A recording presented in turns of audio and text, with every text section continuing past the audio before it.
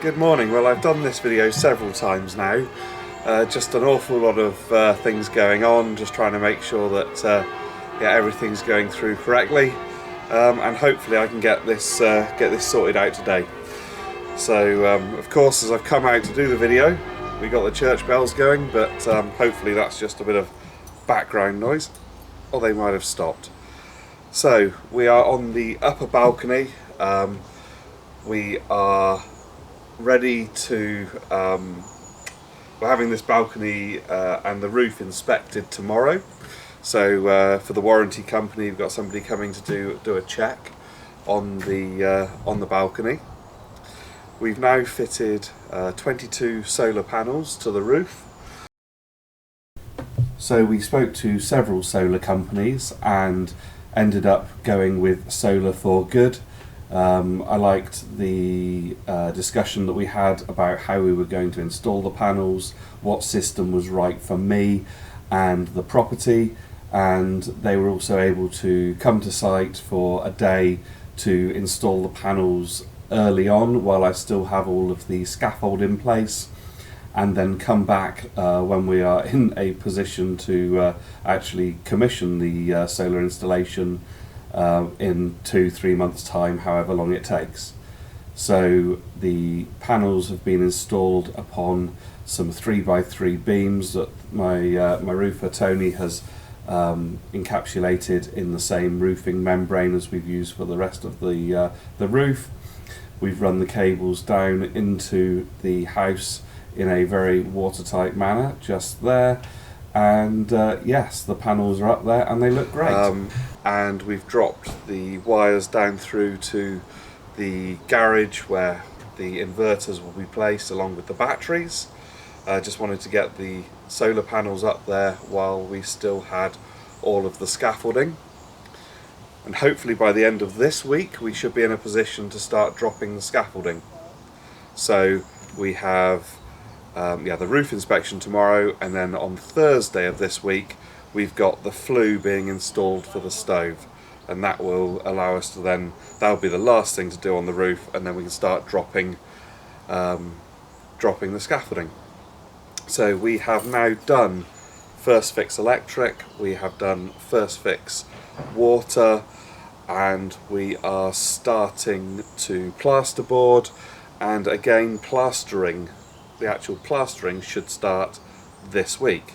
So out on the balcony where I'm stood at the moment is where the hot tub is going to be. So I have a water supply, 32 amp power, lighting power, all coming through from the house. This will all get sealed up later to make it airtight. We've run in 3 coaxial, so 2 for the skybox and 1 for the TV aerial. We have a hot water feed coming from the stove, so we've got a 1,000 litre thermal store down in the garage area, and that is going to allow us to heat the hot tub via a heat exchanger, which is powered by the wood burning stove. So all that's coming out through there. We'll end up with a box here with a valve and pumps and heat exchanger to connect all that together. So we are now in the upstairs living room. We've got master bathroom off down to the side, mechanical heat recovery ventilation, tally will be where you are, TV, seating, bookshelves. Let's give you a quick tour of up here. As you can see, there are cables coming through the walls in lots of locations, all done out to the plan we got with the electrician, and we have fitted a load of the boxes for switches and socketry, so that all of that will go in nicely. The windows are sealed so that we are good and airtight, and yes, we should be plastering this floor this week. It's all waterboard. We've done these boards throughout all of the bathrooms in the shower area. Little recess there, in-wall shower, and yeah, there's a handheld connection for the shower as well. Still need to put the waterproofing gunge over all the screw holes, etc., but that can come in a little bit. Then we also have the in-wall tap for the bath as well. All of the water has been pressure tested. We had a bit of fun when we started pressure testing because some of the taps were actually open. So as we added pressure, we added water to the house. But it's all concrete, so no harm done. Here we have the mechanical heat recovery ventilation unit. That came from National Ventilation. They helped with the design, and yeah, we've got all of the pipe work and everything done with them. You'll see in many rooms that there are blue pipes coming out of the wall. This is for the this is an air feed to this room, and all of the bathrooms and the kitchens have exhaust air. Okay, it gets quite dark up here because there's no lighting, but you may be able to see what we're up to. So master bathroom, all the power sockets, everything lined up. It's just plasterboard at the moment, nothing overly exciting to see on a video, but very exciting to actually see the rooms forming for us. So there's a very slim door there to get us through to the mechanical area. Got attenuators for the feed and return air. It's all very dark in there, so you won't be able to see very much. Another bathroom along with the same access into the mechanical area, and taps in the wall if you can see that. Okay, so this is the middle level.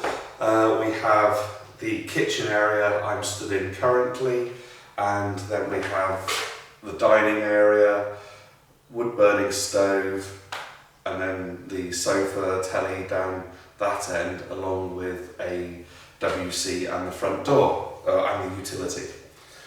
So again, all the cables are in place now, pipe work all under pressure test, just a little bit of boxing to do around this pipe in the corner.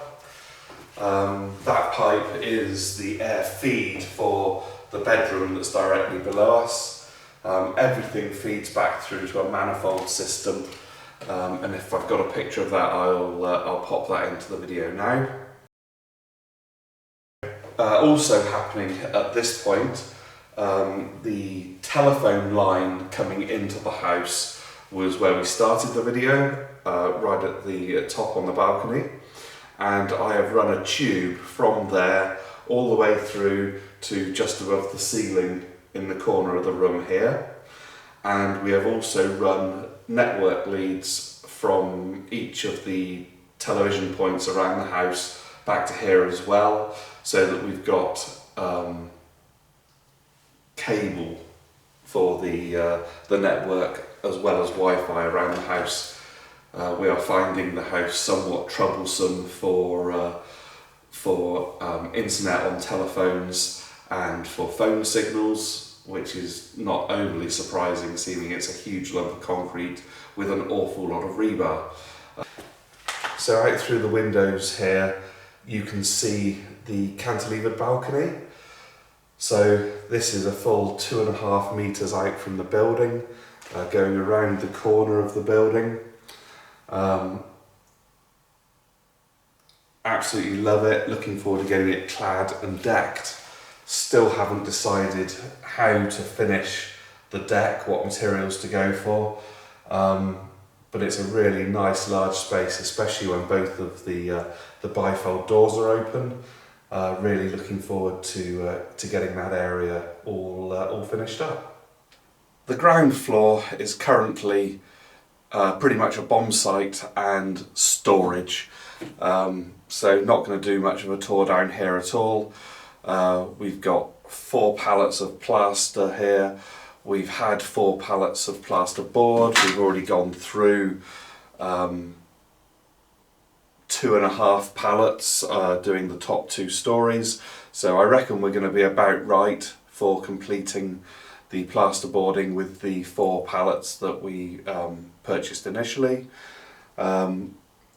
Everything from the top 2 stories has had to be moved down here to allow us to let the plasterboards have a free run at the floors above, and then once they've plastered the top floor, we can then move up all the odds and ends from down here to the top floor so that they can tackle this area. The cladding is almost complete now. We're probably about 90% of the way through the cladding. We ran out. The 350 square metres we initially purchased was not enough, so we bought another 60 square metres, and I'm hoping that should finish us off. Tony and the team at T&R have done a really good job of completing the cladding out here, and yeah, just the last details to go.